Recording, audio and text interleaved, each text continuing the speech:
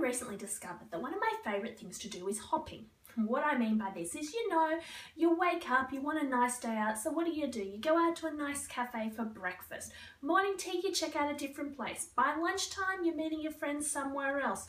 Afternoon tea, so on and so forth. Anyone else into cafe hopping? And dinner at a nice classy restaurant?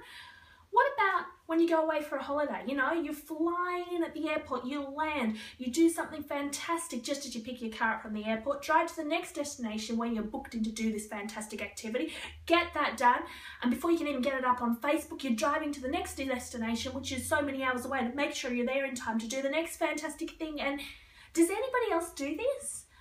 As much as we love cafe hopping or filling our holidays full of as much fun activities as possible, what we're actually doing is getting our life too cramped so we can't actually sit back still and enjoy it. And yet most of us function this way a lot of the time from birth till death because we love fitting more and more into our lives because we think that'll make our lives fuller and happier. Put that to aside for a moment. Let's think about your business. We can already see that this probably isn't too healthy for you as an individual, but what if you're running your business that way? Are you the kind of person that chops and changes all the time because you're not quite sure what you want to sell? Today I'm going to sell this because this is really hot, but tomorrow I'm going to be the expert in that, and by the end of the week I actually don't know what I'm going to sell because it'll depend on what the market's demanding. You can't truly be the expert in your field or get any decent credibility if you keep hopping and changing. Not only in your personal life is it not healthy physically for you, but when it comes down to your business, it can affect you financially, or worse, destroy that credibility you've spent so long building. You have to think smart. And someone once said to me actually, recently this week, they said, keep it simple, stupid. So if we want to think smart, what's the most simple way to deal with this immediate problem? Well, here's my take on it. You want to make sure that every single sale opportunity has a yes or a yes close.